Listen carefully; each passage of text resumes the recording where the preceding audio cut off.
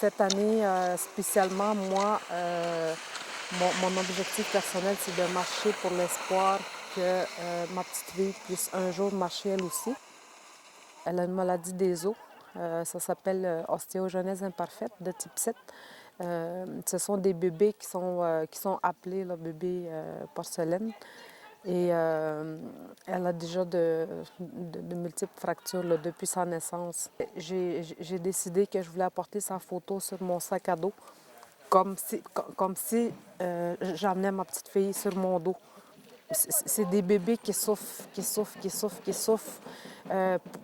Pour les soulager, ben, c'est codéine ou morphine dans la plupart des cas. Donc, ma petite fille, elle a dû recevoir de la morphine pour soulager sa douleur parce qu'on ne peut pas mettre de plâtre à son âge. C'est sûr que dans un premier temps, ce serait qu'on parle de cette maladie-là, qu'on puisse donner l'information parce que déjà, Manoane, avec les cas qu'il y a à Manoane, on pourrait peut-être en prévenir d'autres.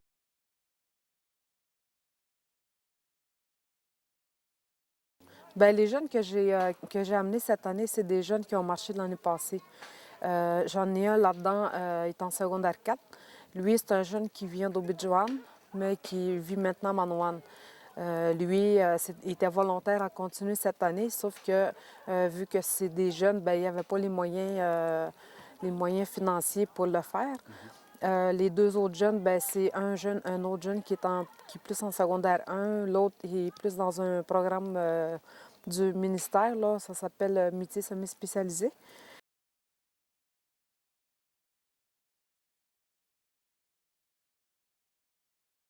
L'impact a été majeur, surtout au niveau physique.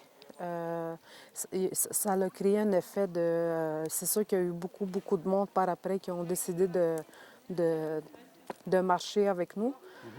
Et c'est beaucoup bénéfique du côté santé mentale aussi, parce qu'il y avait des gens déjà qui sentaient le besoin de faire quelque chose, mais qui n'avaient pas nécessairement le souhait d'aller dans un centre de thérapie. Et ça a été utilisé comme une thérapie là, de participer à la marche non